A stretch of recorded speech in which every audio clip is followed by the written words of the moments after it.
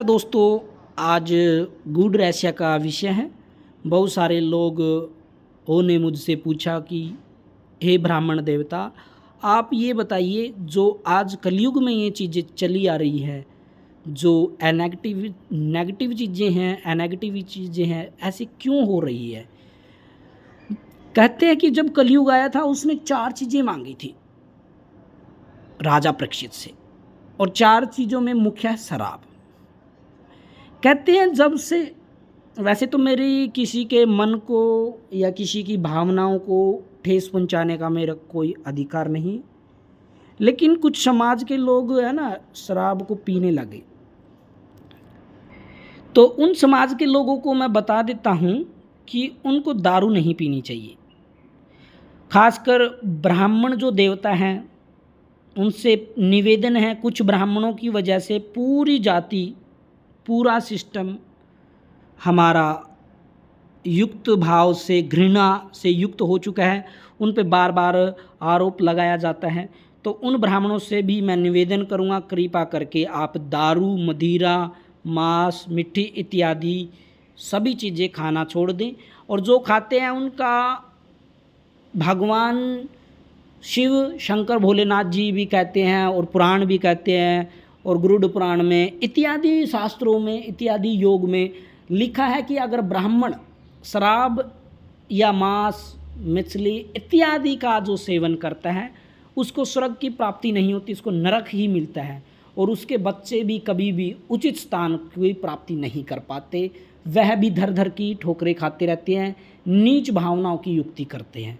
और ब्राह्मणों के घर में बहुत सारे विद्वान मुझे कह रहे थे, बहुत सारे संगठन, ब्राह्मण अखिल भारतीय पुरोहित महासंघ और फाउंडेशन, पंडित फाउंडेशन, जय हिंद मंच, अनेक प्रकार के, बहुत हिंदू परिषद, हिंदू वाहिनी संघ, हिंदू महामंत्री संघ, बहुत सारे कहते हैं कि ब्राह्मणों के घर, कुछ ब्राह्मणों के घर अभी भी आरती नहीं होती, ना दीवा करते हैं, ना दीवा बाती करते हैं, ना पूजा करते हैं, वह दारू पीकर धुत रहते हैं।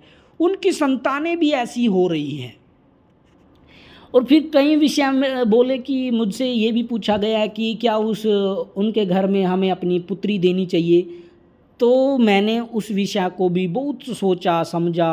तो मैंने कहा कि उनकी पुत्री तो लो, लेकिन उनके घर में पुत्री ना दो, क्योंकि जब वो खाते हैं पीते हैं वह मदमस्त हाथी की तरह हो जाते हैं।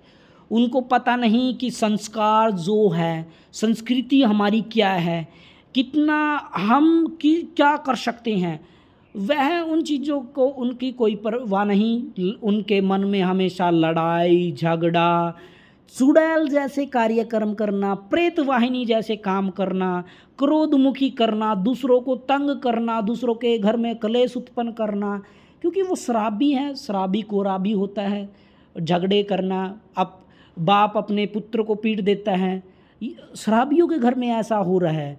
और बहुत सारी विध्वंसताएँ युक्त हो रही है, दूसरे के घर में अपनी चलाने की प्रवृत्ति करना, दूसरे के बच्चों को गर्भ में गिरवा देना।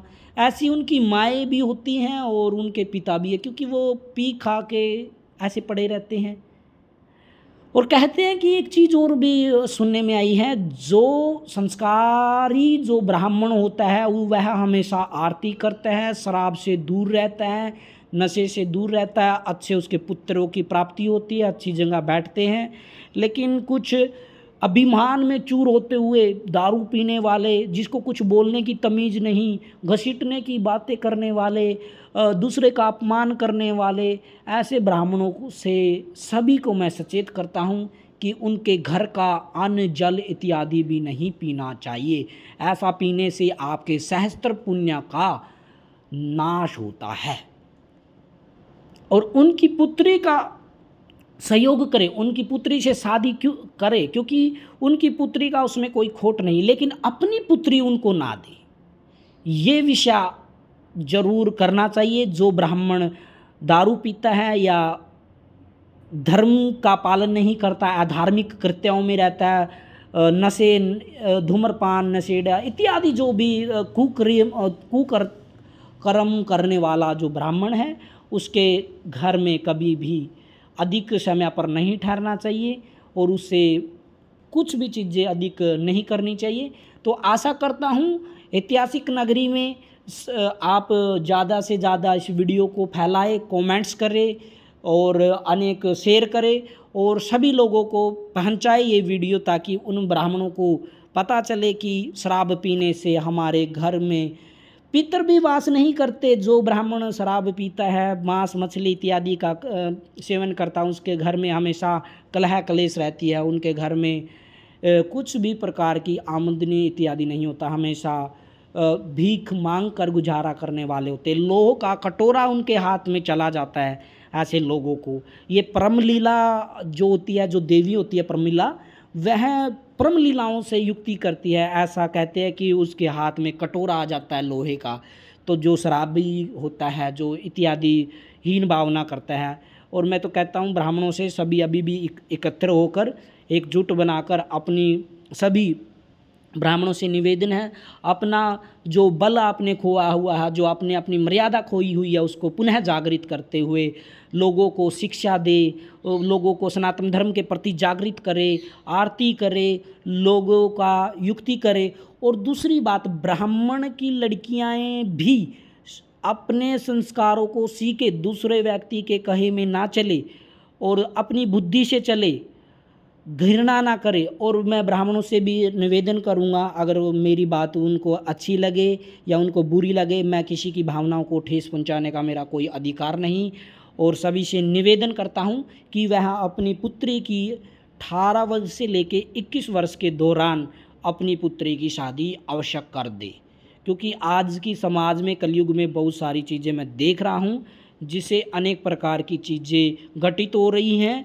तो ऐसा हमारे संसार में घटित ना हो, क्योंकि हमारी जो संस्कृति है उसके रक्षक हम हैं और ब्राह्मणों को स्पेशल टारगेट किया जा रहा है।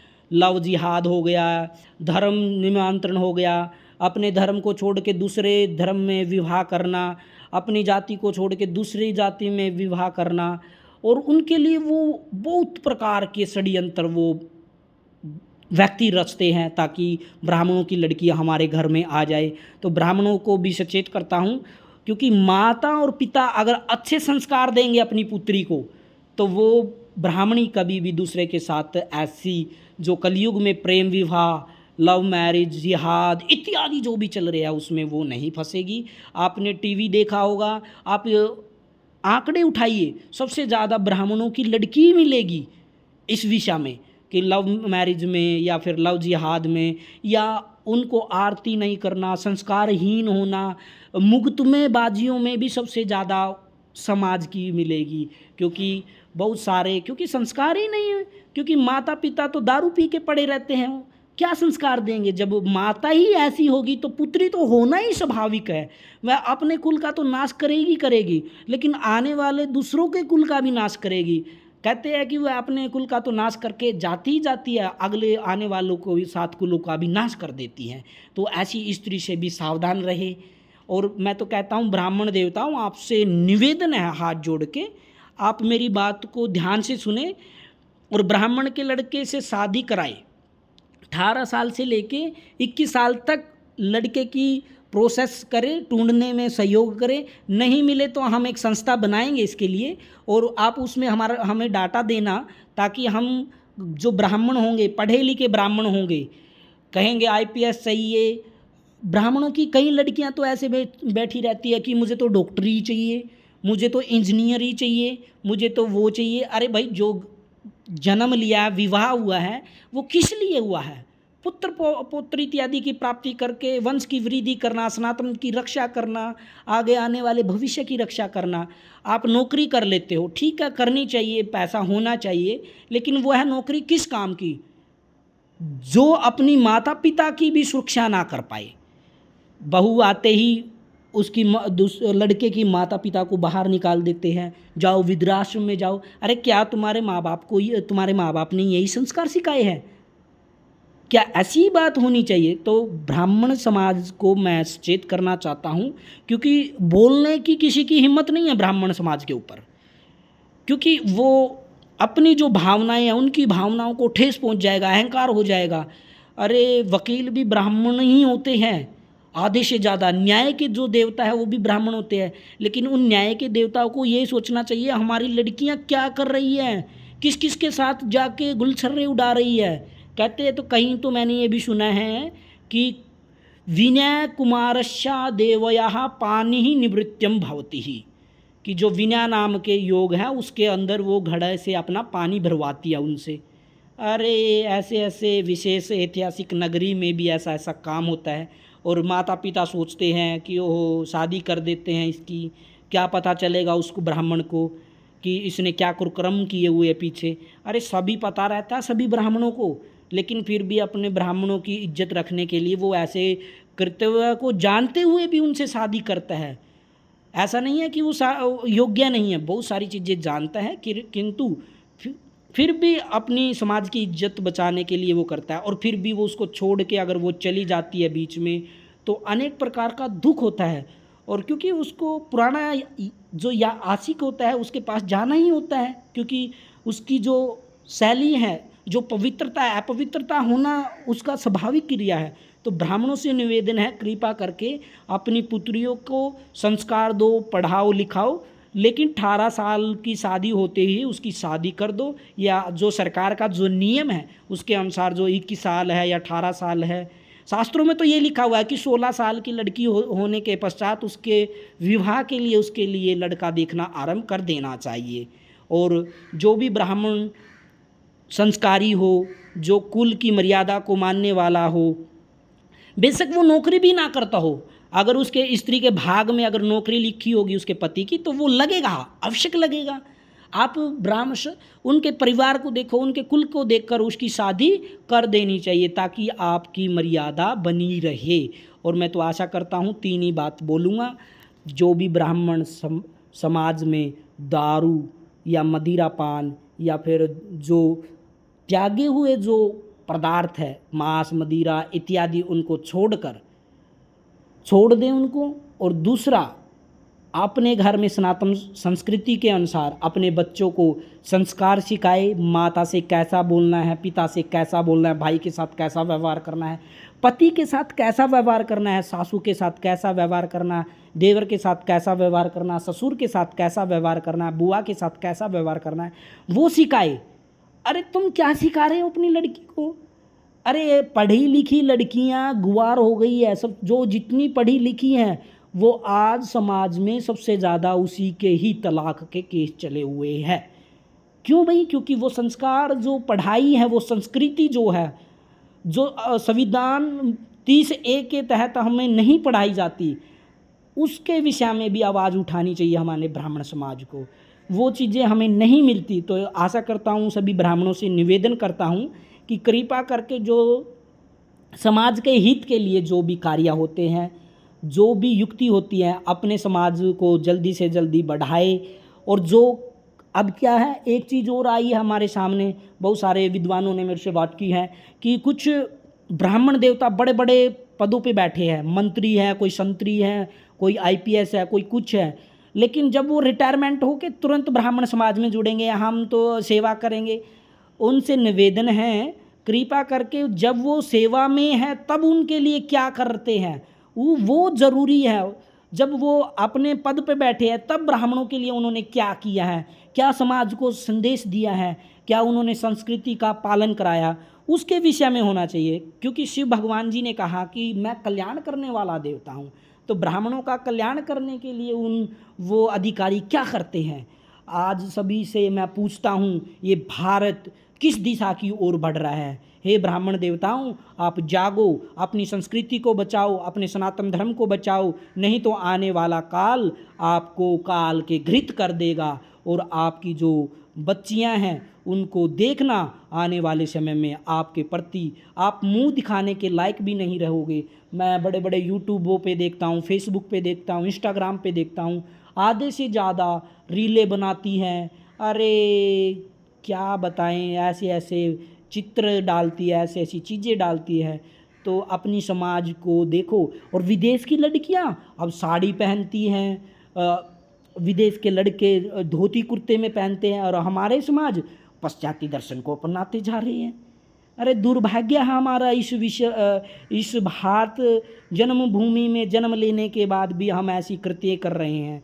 आपसे आशा करता हूँ कि ऐसी चीज़ें ना करें, और जब भी कोई भी मंदिर में आए, मैं तो सभी मंदिर के जितने भी अधिकारी हैं उनसे कहता हूँ, अगर जो महिला साड़ी में नहीं आती उसका प्रवेश बंद कर देना चाहिए, और जो पुरुष धोती कुर्ते में नहीं आता उसका भी प्रवेश बंद कर देना चाहिए। जैसे उज्जैन महाकाल में साड़ी पहनकर और जितने भी दर्शन करने वाले वो है वह धोती पहनकर अंदर प्रवेश करते हैं, इसी प्रकार सभी जगह मेरे खुद मंदिर में भी मैं ऐसा करता हूँ। धोती और कुर्ता पहन के हमारे मंदिर में आते हैं, धोती साड़ी इत्यादि पहन के आती है महिलाएं और जेंट्स जो भी हैं, वो हमारे मंदिर में ऐसे नहीं आते कि आदि चीज़ें अब आदर्शनम लोपे वाली चीज़ें हमारे मंदिर में नहीं होती। आशा करता हूँ अगर मेरी बात से आपको किसी भी प्रकार की समस्या हुई हो या किसी की भावना को ठेस पहुँचा हो तो मैं क्षमा चाहता हूँ।